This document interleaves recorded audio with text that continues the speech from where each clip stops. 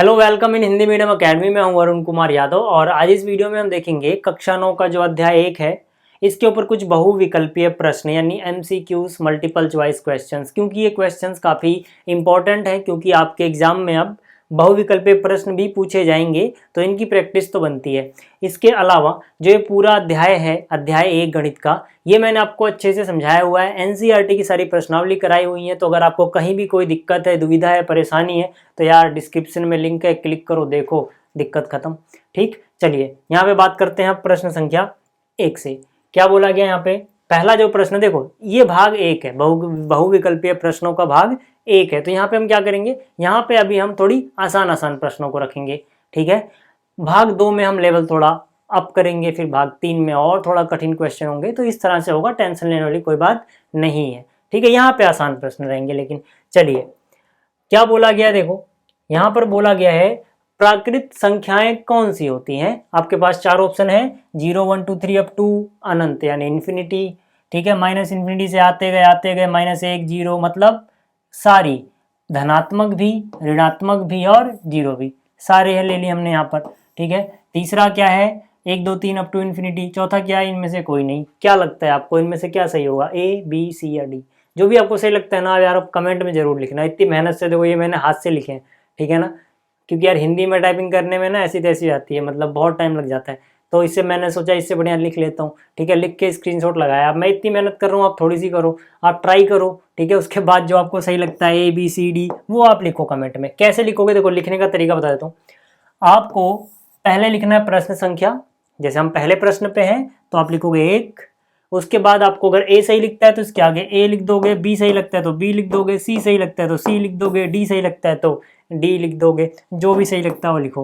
Last में match करना और ये बताना मुझे कि 10 में से आपके कितने सही थे। यहाँ पे टोटल 10 प्रश्न है। ठीक है, चलिए तो यहाँ पर देखो यार, प्राकृत संख्याएं कौन सी होती है भाई साहब। यहाँ पर किस पे निशान लगाएंगे अपन, सी पे। ठीक है, यानी कि 1 2 3 ये सारी अप टू अनंत, ये ऑप्शन सही है। कैसे पढ़ाया था मैंने, जब आपको ये पढ़ाया था याद करो। मैंने कहा था कि जब आप स्कूल में जाते हो, जब आप छोटे से थे, नन्हे मुन्ने बच्चे, तो वहां पे गिनती आपको प्राकृतिक रूप से गिनती आपने कैसे सीखी थी, 1 2 3 4 से। ऐसा तो नहीं हुआ था कि 0 1 2 3 4 पढ़ाया गया हो। शुरुआत में 0 या 0 तो नहीं पढ़ाया गया था ना, कि 0 1 2 3 4 नहीं। गिनती आपको प्राकृतिक रूप से बचपन में कैसे पढ़ाई गई थी, 1 2 3 4। तो इसीलिए इसका नाम पड़ा गया प्राकृतिक संख्याएं। ऐसे आप याद रख सकते हो, याद रखने का तरीका है। तो इसमें 1 2 3 4 ऐसे इन्फिनिटी तक। समझ में आ गया, पहला था। दूसरे की बात करते हैं। दूसरे बोला गया है वर्गमूल 4 कौन सी संख्या है। आपके पास है ऑप्शन 4। पहला परिमेय संख्या है, अपरिमेय संख्या है, ऋणात्मक है, इनमें से कोई नहीं है। जो भी आपको सही लगता है फिर से वही। पहले लिखोगे प्रश्न संख्या कितनी है, 2। उसके आगे ए बी सी या डी यहाँ पे लिखना है। ठीक, तो यार देखो, जब मैंने चैप्टर पढ़ाया था तो वर्गमूल वाली संख्याएं परिमेय होंगी या अपरिमेय, ये बताने का मतलब क्या तरीका बताया था मैंने आपको, ये जानने का। मैंने कहा था वर्गमूल के अंदर भैया अगर पूर्ण वर्ग है, वर्गमूल के अंदर अगर पूर्ण वर्ग है तो इसका मतलब ये हो जाएगी परिमेय संख्या। याद करो, पूरा चैप्टर मैंने बहुत बेहतरीन तरीके से नोट्स बना के सब कुछ तैयार करके पढ़ाया आपको। ठीक है, देखना जरूर यार अगर आपने नहीं देखा तो।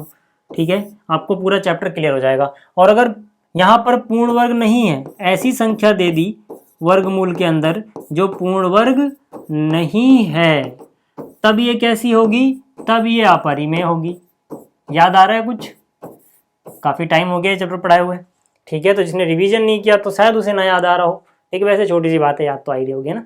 चलो, तो यहाँ पर देखो 4 क्या है, 4 एक पूर्ण वर्ग संख्या है। पूर्ण वर्ग संख्या आप जानते हैं, जैसे 1 का वर्ग 1, 2 का वर्ग 4, 3 का वर्ग 9, 4 का वर्ग 16। तो जो ये वर्ग करने पे आ रही है ना संख्याएं, इनको हम क्या बोलते हैं, इनको हम बोलते हैं पूर्ण वर्ग संख्याएं। तो क्या इसमें 4 भी है? बिल्कुल। तो वर्गमूल के अंदर अगर पूर्ण वर्ग संख्या है तो वो परिमेय होगी। तो यहाँ पे वर्गमूल 4 कैसी होगी भाई साहब, आप तो बता दो यार, अब भी टेंशन है क्या? क्या होगी? परिमेय संख्या। ठीक है, चलिए आगे चलते हैं। यहाँ पे क्या बोला गया, वर्गमूल 2 कौन सी संख्या है। अरे देखते ही पता लग गया परिमेय। क्यों? क्योंकि अभी तो सब कुछ पढ़ा दिया भाई। वर्गमूल के अंदर पूर्ण वर्ग नहीं होगी तो क्या होगा, वो अपरिमेय। 2 थोड़ी ना पूर्ण वर्ग होता है। देखो 1 के बाद कौन सा पूर्ण वर्ग मिला, 4, यानी 1 और 4 के बीच में कौन कौन छूट गया, 2 और 3 छूट गए। तो ये थोड़ी ना पूर्ण वर्ग होंगे। ठीक है ना, तो मतलब क्या कि 2 पूर्ण वर्ग नहीं था तो इसीलिए वर्गमूल के अंदर जो होगा तो वो क्या हो जाएगा, अपरिमेय हो जाएगा।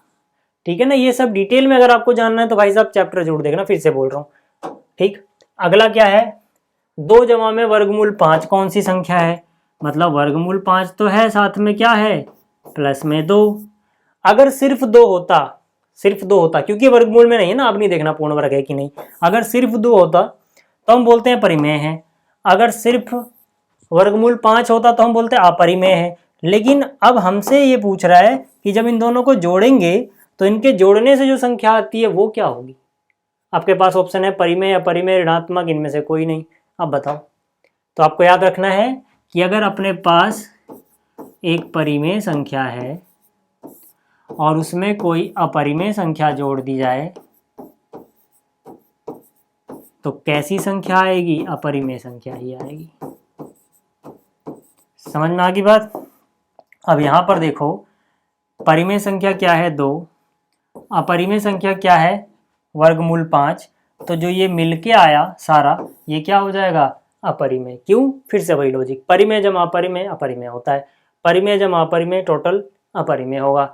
अच्छा, इस पे मत कंफ्यूज होना, अभी तो मैंने कहा था कि ये पूर्ण वर्ग नहीं है, तो यार यहाँ पर ये वर्गमूल के अंदर था, ठीक है ना, लेकिन इधर वाला 2 वर्गमूल के अंदर नहीं है, तब नहीं देखना पूर्ण वर्गमूल वर्ग। ठीक है, जब वर्गमूल के अंदर होगा तभी दिमाग लगाना इतना, नहीं तो सीधा बोलो परिमेय। ठीक है, अगला क्या है, 4 + √3, 4 - √3 का मान बता दो। ये तो बहुत नकली है ना, बचपन से पढ़ते आए हो। कौन सा फॉर्मूला, ये वाला, a + b a - b, है ना। क्या होता है ये, a का वर्ग - b का वर्ग, यानी 2 चीजें एक बार प्लस में हो वही चीजें माइनस में हो, तो पहले वाले का वर्ग निकालो, दूसरे वाले का वर्ग निकालो, बीच में माइनस लिख दो, है ना। ये तो बचपन में ही आपको पढ़ा दिया था। ठीक, तो यहां पर देख लो यार, यहाँ पर क्या है, यहाँ पर है 4 + वर्गमूल 3 और यहाँ पर है 4 - वर्गमूल 3, एक बार प्लस में एक बार माइनस में, यानी एक बार 4 का वर्ग निकालो, एक बार वर्गमूल 3 का वर्ग निकालो, 3 खतरनाक बन गया। ठीक है, माइनस कर दो, 4 का वर्ग 16, वर्गमूल 3 का वर्ग क्या होगा, 9 होगा क्या, नहीं 3 होगा। ठीक है, 9 मत लिख देना गलती से, क्योंकि यहाँ पे वर्गमूल भी है ना भाई साहब, तो ये पावर इससे ही बैलेंस हो जाएगी। ठीक, 16 में से 3 गया, कितना बचता है, 16 में से 3 गया 13 पे, 13 तो ऑप्शन ही नहीं है, ऑप्शन गलत लिख दिया है किसी ने बोले तो मैं नहीं। ठीक है, यहाँ पे 13 आएगा, ऑप्शन में क्या आना चाहिए था, 13 भी आना चाहिए था। 4 का वर्ग 16, वर्गमूल 3 का 3, 16 में से 3 गया 13। ठीक है, तो ये ऑप्शन सही होगा। ठीक, तो चलिए अगला सवाल करते हैं। अगला सवाल क्या है, फिर से इसका मान बता दो, इसका मान बता दो। ये तो नकली सवाल है, नहीं, पहले देखो यार वर्गमूल के अंदर कौन कौन नहीं है, है ना, सिंपल नंबर कौन कौन से हैं, 2 -4 और 8, है ना। ये तो वर्गमूल में नहीं है, ये तो जोड़ घटाना में आता है। 8 में 2 जोड़ लिया 10, 10 में से 4 माइनस कर दिया, 10 में 4 गया, कितना बचेगा भाई साहब, 6। फिर से देखो 8 प्लस का है, 2 भी ये वाला देखो प्लस का है, तो 8 और 2 10, और उसमें से 4 माइनस कर दो, कितना बचेगा, 6। उसके बाद अब वर्गमूल वाले पे आ जाओ, यहाँ पे 4 वर्गमूल 3 और यहाँ पे 1 बार वर्गमूल 3, तो 4 बार वर्गमूल 3, 1 बार वर्गमूल 3, कितनी बार वर्गमूल 3, 5 बार वर्गमूल 3 आ गए, है ना। तो 6 + 5 वर्गमूल 3 दिख रहा है क्या, बिल्कुल, ऑप्शन ए इज करेक्ट। ठीक, चलिए अगला क्वेश्चन देखते हैं। अगले क्वेश्चन में क्या है, निम्न में से कौन 1 व 2 के बीच में है ना। 1 और 2 के बीच में कौन है यार, ये तो नकली सवाल है, मैंने जानबूझ के आसान रखा है। ठीक है, तो यहाँ पर 1 और 2 है अपने पास, 1 और 2, इनके बीच में कौन आएगा यार, देखो 3/2 का मतलब होता है 1.5, यानी कि 1.5, तो 1.5 क्या होता है, 1 से बड़ा 2 से छोटा, मतलब इनके बीच में आएगा, यही सही है। ठीक है, ये देखोगे तो खुद 2 ही लिखा हुआ है, 4/2 मतलब 2। ठीक है, ये देखोगे आधा है, आधा कहाँ इनके बीच में आएगा, ये देखोगे 2.5 है, 5/2 मतलब 2.5, कहाँ इनके बीच में आएगा, यही आएगा इनके बीच में। ठीक, अगला आ जाओ, क्या बोला गया है, अरे रे वर्ग निकालना है, तो इसके लिए तो फॉर्मूला भी याद होना चाहिए, याद है क्या, नहीं याद है, अच्छा याद तो होगा, वैसे मजाक कर रहा हूँ। ठीक है, यहाँ पर क्या a + b का वर्ग लगाएंगे ना अपन, क्या होता है ये, a का वर्ग प्लस b का वर्ग प्लस 2ab, यही तो होता है ना, नकली है।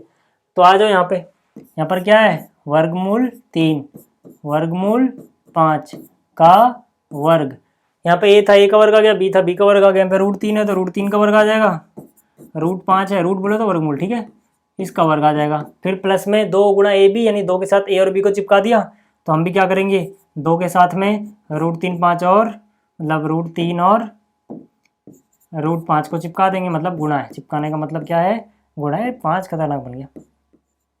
ठीक है, चलो फॉर्मूला मिटा देता हूँ, मिक्स और दो दोनों। चलो वर्गमूल 3 का वर्ग 3 ही होगा, वर्गमूल है तो वर्गमूल हट जाएगा वर्ग से। 5 का वर्गमूल 25 होता है, लेकिन वर्गमूल 5 का वर्ग 5 होता है। यहाँ पे कैसे गुणा करते हैं अपन, जो बाहर वाला सिंपल नंबर है उसे बाहर रहने दो, वर्गमूल में जो है वही दोनों आपस में गुणा कर दो। ठीक है, तो 3 और 5 दोनों वर्गमूल में है, तो 3 पंजे 15, 5 और 3 कितना, शायद 8 ही होता है ना, और 2√15, 2 वर्गमूल 15। क्या ऐसा कुछ दिख रहा है, किसी की शक्ल इससे मैच हो रही है, किसी की शक्ल इससे मैच हो रही है क्या? हाँ सी, 8 जमा नहीं सी नहीं, ठीक है ए, 8 जमा में 2 वर्गमूल 15। ठीक है, कौन सा प्रश्न था ये, 8वां 9वां देखेंगे, देखना ही है, देखेंगे। ठीक है, वर्गमूल 5 की घात 4 है ना, घात क्या है, वर्गमूल 5 की घात 4, इसका मान बता दो भाई। 25 625 125 5√5, तो क्या होगा इसका, देखो यार वर्गमूल 5 है, अगर घात 2 रही होती तो मैं आसानी से बता देता है 5 आएगा, तो घात 4 को आप 2 की घात 2 लिख दो, है ना भाई। वर्गमूल 5 की घात कितनी थी, इसकी घात थी 4, 4 को मैं लिख दिया 2 गुणा 2, अभी भी 4 ही तो है, 2 गुणा 2 4 ही तो होगा। अब मुझे ये पता है कि यार घात 2 होगी तो 2 से वर्गमूल कट गया होगा, यानी अंदर तो बच गया 5 और बाहर क्या है 2, 5 की घात 2 शायद 25 ही होता है ना, 25 ही होता है। चलो बताओ 25 दिख रहा है क्या कहीं, 25 तो बहुत जगह दिख रहा है, यहाँ 25 यहाँ 25 यहाँ 25, है ना, नहीं वो नहीं लेना, कौन सा लेना है, पहला वाला। ठीक है 25, उसके पहले कुछ नहीं होना चाहिए। खैर ये मजाक था। चलो तो ये समझ में आ गया आपको। 9वां प्रश्न आप बात करते हैं 10वें की, इसमें क्या बोल रहा है, 16 की पावर 3/2, इसका मान बताओ, इसका मान बताओ, बताओ भाई बताओ। 16 है और उसकी घात कितनी है, 3/2, 16 की घात 3/2, हाँ 3/2 है। ठीक है, बताओ कितनी होगी, कैसे करेंगे इसको यार, नीचे 2 है ना, आप सोचो किसी की घात 2 16 होता है क्या, हाँ ये तो बचपन में पढ़ा था हमने, 4 की घात 2 16 होता है, 3/2 ऐसे रहने दो, है ना। देखो 4 की घात 2 16, मतलब अंदर वाला 16 बस मैंने थोड़ा अलग तरीके से लिख दिया, बाहर 3/2 जो भी था ऐसे ही रहा। अब इसका मतलब क्या होता है, इसका मतलब है कि अगर घात के ऊपर घात हो तो जो ये घातांक है ना ये आपस में गुणा होते हैं, यानी 2 गुणा 3/2, तो 2 से 2 कट जाएगा। 4 की घात 3 कितना होता है, 4 की घात 3 मतलब 4 गुणे 4 गुणे 4 यानी 64, 4 चौक 16 चौक के 64, कहीं दिख रहा है क्या 64, हाँ ऑप्शन है। तो ये थे भैया अपने 10 प्रश्न, ठीक है 10 सवाल हो गए। उम्मीद करता हूँ आपको मज़ा आया होगा, और मज़े लेने तो अगली वीडियो मिलेंगे। ठीक है, क्या बोल रहा हूँ अब इसके बाद, चलो ठीक है यार, वीडियो देखने के लिए थैंक्स, ठीक, अगली वीडियो मिलेंगे।